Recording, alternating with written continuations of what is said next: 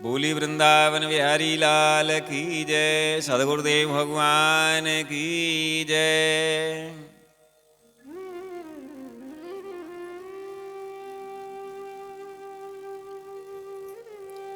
बंसी विभूषित करा नवनीरदाभात, पीतांबरादरुणबिंब फलाधरोष्ठात्, पूर्णेन्दु सुंदर मुखादर विंद नेत्रात्, कृष्णात् परम किमपि तत्त्वमहं न जाने।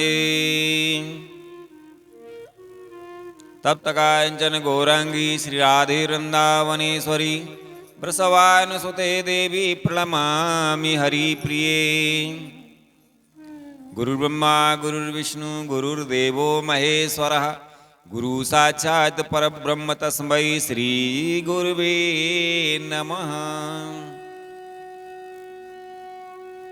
परम मंगलमय परात्पर अखिलेश्वर अकारण करुणा वरुणालय, भक्त वांछा कल्पतरु, तड़ेदित विनिंदित पीतांबरधारी श्री बालकृष्ण लाल की वांगमयी प्रतिमूर्ति श्रीमद् भागवत महापुराण में हम और आप सभी प्रवेश करने जा रहे हैं। आइए बड़े भाव से कथा श्रवण करें। श्री मैत्रेय जी ने कहा, हे विदुर जी, पितृभ्याम प्रस्थिते साध्वी पति मिंगित कोविदा, नित्यम पर्य चरत प्रीत्या भवानीव भवम प्रभुम। माता पिता के चले जाने पर पति के अभिप्राय को समझ लेने में कुशल साध्वी देवहूति करदम जी की प्रतिदिन प्रेम पूर्वक सेवा करने लगी। ठीक उसी तरह जैसे श्री पार्वती जी भगवान शंकर की सेवा करती हैं। उसने काम वासना, दंभ, द्वेष, लोभ, पाप और मद का त्याग कर बड़ी सावधानी और लगन के साथ सेवा में तत्पर रहकर विश्वास, पवित्रता, गौरव, संयम, शुश्रूषा, प्रेम और मधुर भाषण आदि गुणों से अपने परम तेजस्वी पतिदेव को संतुष्ट कर लिया। देवहूति समझती थी कि मेरे पति देव देव से भी बढ़कर हैं, इसलिए वह उनसे बड़ी बड़ी आशाएं रखकर उनकी सेवा में लगी रहती थी। इस प्रकार बहुत दिनों तक अपना अनुवर्तन करने वाली उस मनुपुत्री को व्रत आदि का पालन करने से दुर्बल हुई देख देवर्षि श्रेष्ठ करदम जी को दयावश कुछ खेद हुआ और उन्होंने उससे प्रेम गदगद वाणी से कहा। करदम जी बोले, हे मनु नंदिनी, तुमने मेरा बड़ा आदर किया है। मैं तुम्हारी उत्तम सेवा और परम भक्ति से बहुत संतुष्ट हूं। सभी देहधारियों को अपना शरीर बहुत प्रिय एवं आदर की वस्तु होता है, किंतु तुमने मेरी सेवा के आगे उसके छीड़ होने की भी कोई परवाह नहीं की। अतः अपने धर्म का पालन करते रहने से मुझे तप, समाधि, उपासना और योग के द्वारा जो भय और शोक से रहित भगवत प्रसाद स्वरूप विभूतियां प्राप्त हुई हैं, उन पर मेरी सेवा के प्रभाव से अब तुम्हारा भी अधिकार हो गया है। मैं तुम्हें दिव्य दृष्टि प्रदान करता हूं, उसके द्वारा तुम उन्हें देखो। अन्य जितने भी भोग हैं वे तो भगवान श्री हरि के भ्रकुटी विलास मात्र से नष्ट हो जाते हैं, अतः वे इनके आगे कुछ भी नहीं हैं। तुम मेरी सेवा से भी कृतार्थ हो गई हो। अपने पातिव्रत धर्म का पालन करने से तुम्हें ये दिव्य भोग प्राप्त हो गए हैं। तुम इन्हें भोग सकती हो। हम राजा हैं, हमें सब कुछ सुलभ है। इस प्रकार जो अभिमान आदि विकार हैं, उनके रहते हुए मनुष्यों को इन दिव्य भोगों की प्राप्ति होनी कठिन है। करदम जी के इस प्रकार कहने से अपने पति देव को संपूर्ण योग माया और विद्याओं में कुशल जानकर उस अबला की सारी चिंता जाती रही। उसका मुख किंचित संकोच भरी चितवन और मधुर मुस्कान से खिल उठा और वह विनय एवं प्रेम से गदगद वाणी में इस प्रकार कहने लगी। देवहूति ने कहा, हे द्विज श्रेष्ठ, हे स्वामिन, मैं यह जानती हूँ कि कभी निष्फल ना होने वाली योग शक्ति और त्रिगुणात्मिका माया पर अधिकार रखने वाले आपको ये सब ऐश्वर्य प्राप्त हैं।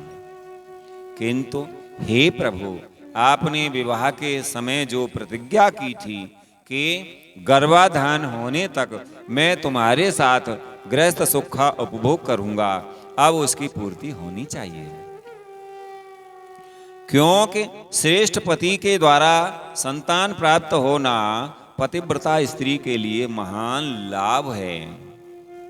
हम दोनों के समागम के लिए शास्त्र के अनुसार जो कर्तव्य हो उसका आप उपदेश दीजिए और उबटन, गंध, भोजन आदि उपयोगी सामग्रियां भी जुटा दीजिए, जिससे मिलन की इच्छा से अत्यंत दीन दुर्बल हुआ मेरा यह शरीर आपके अंग संग के योग्य हो जाए।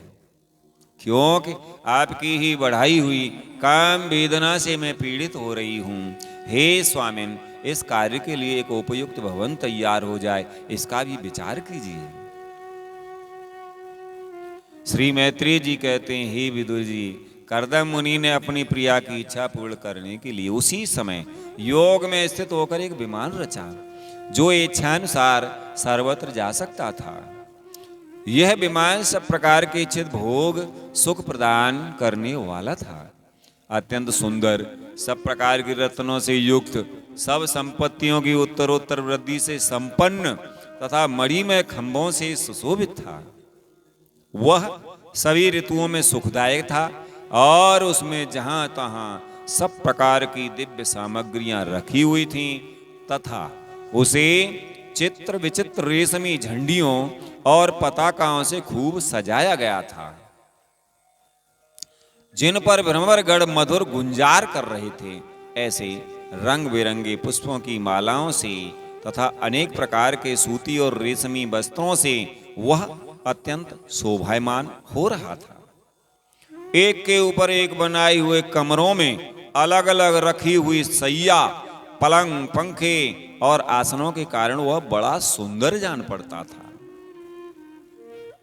जहां तहां दीवारों में की हुई शिल्प रचना से उसकी अपूर्व शोभा हो रही थी।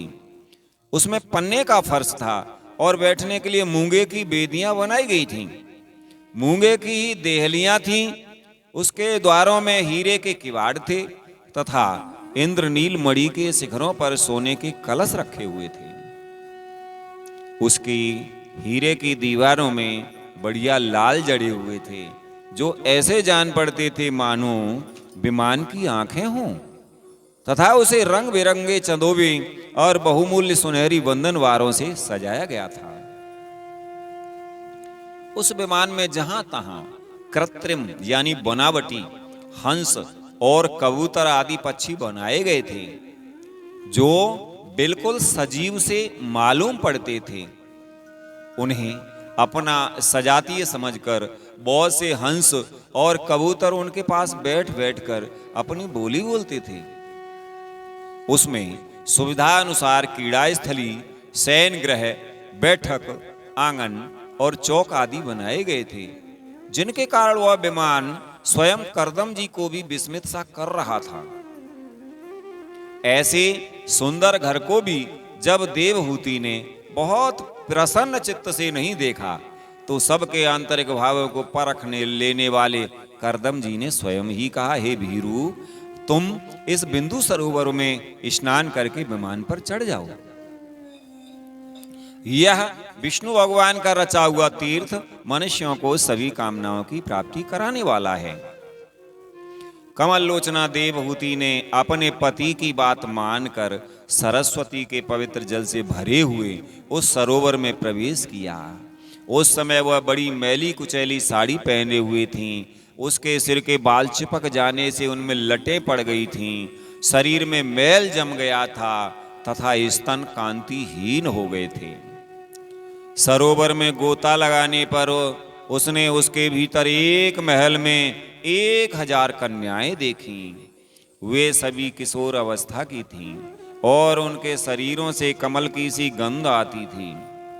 देवहूति को देखते ही वे सब स्त्रियां सहसा खड़ी हो गईं और हाथ जोड़कर कहने लगी, हम आपकी दासियां हैं, हमें आज्ञा दीजिए, आपकी क्या सेवा करें।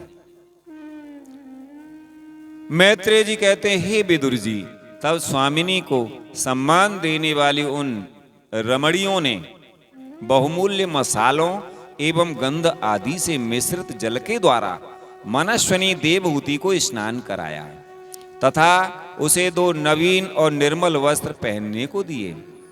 फिर उन्होंने ये बहुत मूल्य के बड़े सुंदर और कांतिमान आभूषण, सर्वगुण संपन्न भोजन और पीने के लिए अमृत के समान स्वादिष्ट आसप प्रस्तुत किए।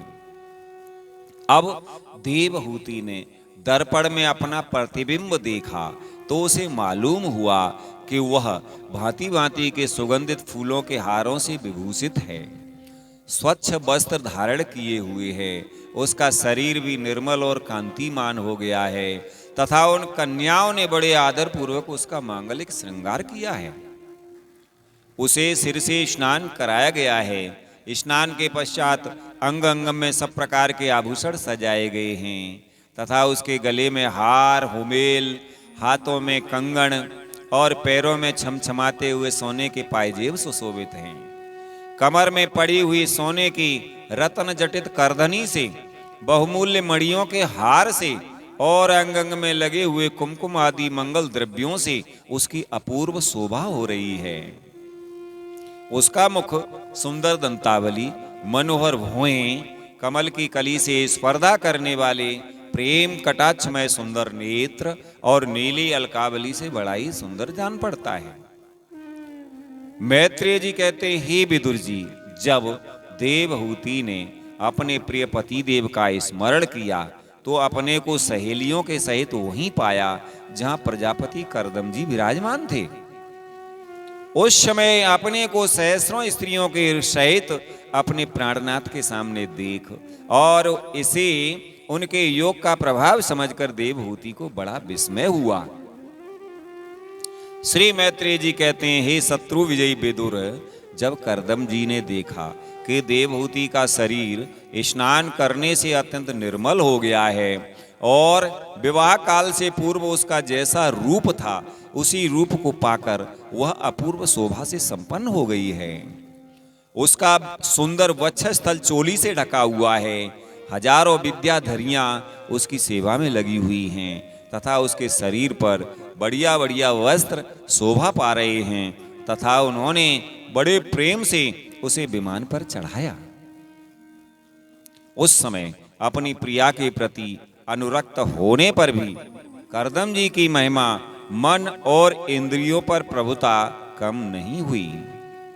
विद्याधरियां उनके शरीर की सेवा कर रही थीं, खिले हुए कुमुद के फूलों से श्रृंगार करके अत्यंत सुंदर बने हुए वे विमान पर इस प्रकार शोभा पा रहे थे मानो आकाश में तारागढ़ से घिरे हुए चंद्रदेव विराजमान हों। उस विमान पर निवास कर उन्होंने दीर्घ काल तक कुबेर जी के समान मेरू पर्वत की घाटियों में विहार किया।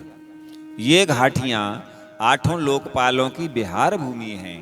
इनमें कामदेव को बढ़ाने वाली शीतल मंद सुगंध वायु चलकर इनकी कमनीय शोभा का विस्तार करती है तथा श्री गंगा जी के स्वर्गलोक से गिरने की मंगलमय ध्वनि निरंतर गूंजती रहती है। उस समय भी दिव्य विद्याधरियों का समुदाय उनकी सेवा में उपस्थित था और सिद्धगण उनकी वंदना किया करते थे। इसी प्रकार प्राण प्रिया देवहूति के साथ उन्होंने वैश्रंभक, सुरसन, नंदन, पुष्पभद्र और चैत्र रथ आदि अनेकों देव उद्यानों तथा मानस सरोवर में अनुराग पूर्वक विहार किया। उस कांतिमान और इच्छानुसार चलने वाले श्रेष्ठ विमान पर बैठकर वायु के समान सभी लोकों में विचरते हुए कर्दम जी विमान विहारी देवताओं से भी आगे बढ़ गए। मैत्रेय जी कहते हैं, हे विदुर जी, जिन्होंने भगवान के भवभयहारी पवित्र पाद पद्मों का आश्रय लिया है, उन धीर पुरुषों के लिए कौन सी वस्तु या शक्ति दुर्लभ है। इस प्रकार महायोगी कर्दम जी यह सारा भूमंडल जो द्वीप, वर्ष आदि की विचित्र रचना के कारण बड़ा आश्चर्य में प्रतीत होता है। अपनी प्रिया को दिखा करके अपने आश्रम पर लौट आए। फिर उन्होंने अपने को 9 रूपों में विभक्त कर रति सुख के लिए अत्यंत उत्सुक मन कुमारी देवहूति को आनंदित करते हुए उसके साथ बहुत वर्षों तक विहार किया। किंतु इतना लंबा समय एक मुहूर्त के समान बीत गया। उस विमान में रति सुख को बढ़ाने वाली बड़ी सुंदर सैया का आश्रय ले अपने परम रूपवान प्रियतम के साथ रहती हुई देवहूति को इतना काल कुछ भी जान नहीं पड़ा। इतना लंबा समय कुछ भी नहीं जान पड़ा। इस प्रकार उस काम आसक्त दंपत्ति को अपने योग बल से सैकड़ों वर्षों तक विहार करते हुए भी वह काल बहुत थोड़े समान के समय निकल गया। आत्मज्ञानी करदम जी सब प्रकार के संकल्पों को जानते थे। अतः देवहूति को संतान प्राप्ति के लिए उत्सुक देख तथा भगवान के आदेश को स्मरण कर उन्होंने अपने स्वरूप के 9 विभाग किए तथा कन्याओं की उत्पत्ति के लिए एकाग्र चित्त से अर्धांग रूप में अपनी पत्नी की भावना करते हुए उसके गर्भ में वीर्य को स्थापित किया। इससे देवहूति के एक साथ ही 9 कन्याएं पैदा हुई। वे सभी सर्वांग सुंदरी थीं और उनके शरीर से लाल कमल की सी सुगंध निकलती थी। इसी समय शुद्ध स्वभाव वाली सती देवहूति ने देखा कि पूर्व प्रतिज्ञा के अनुसार उसके पति देव संन्यास आश्रम ग्रहण करके वन को जाना चाहते हैं, तो उसने अपने आंसुओं को रोककर ऊपर से मुस्कुराते हुए व्याकुल एवं संतत हृदय से धीरे धीरे अति मधुर वाणी में कहा। उस समय वह सिर नीचा किए हुए अपने नख मणि मंडित चरण कमल से पृथ्वी को कुरेद रही थी। देवहूति ने कहा, भगवान, आपने जो कुछ प्रतिज्ञा की थी वह सब तो पूर्णतः आपने निभा दी, तो भी मैं आपकी शरणागत हूं। अतः आप मुझे अभयदान और दीजिए। हे ब्राह्मण, इन कन्याओं के लिए योग्य वर खोजने पड़ेंगे और आपके वन को चले जाने के बाद मेरे जन्म मरण रूप शोक को दूर करने के लिए भी कोई होना चाहिए। हे प्रभु, अब तक परमात्मा से विमुख रहकर मेरा जो समय इंद्रिय सुख भोगने में बीता है वह तो निरर्थक ही गया। आपके परम प्रभाव को न जानने के कारण ही मैंने इंद्रियों के विषयों में आसक्त रहकर आपसे अनुराग किया, तथापि यह भी मेरे संसार भय को दूर करने वाला ही होना चाहिए, क्योंकि अज्ञानवश असत पुरुषों के साथ किया हुआ जो संग संसार बंधन का कारण होता है वही सत्पुरुषों के साथ किए जाने पर असंगता प्रदान करता है।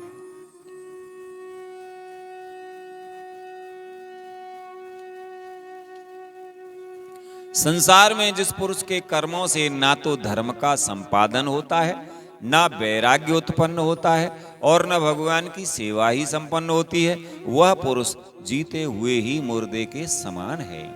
अवश्य ही मैं भगवान की माया से बहुत ठगी गई, जो आप जैसे मुक्तिदाता पति देव को पाकर भी मैंने संसार बंधन से छूटने की इच्छा नहीं की।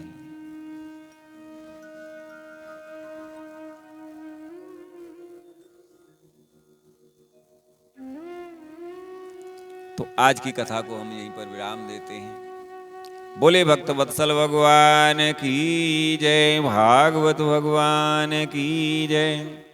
श्री कृष्ण गोविंद हरे मुरारे, हे नाथ नारायण वासुदेवा। श्री कृष्ण गोविंद हरे मुरारे, हे नाथ नारायण वासुदेवा। श्री कृष्ण गोविंद हरे मुरारे, हे नाथ नारायण वासुदेवा।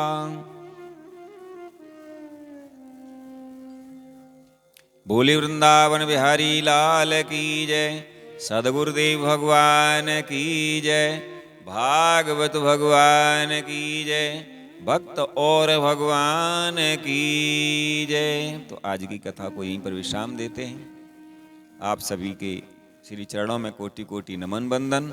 जय जय श्री राधे, जय श्री कृष्ण।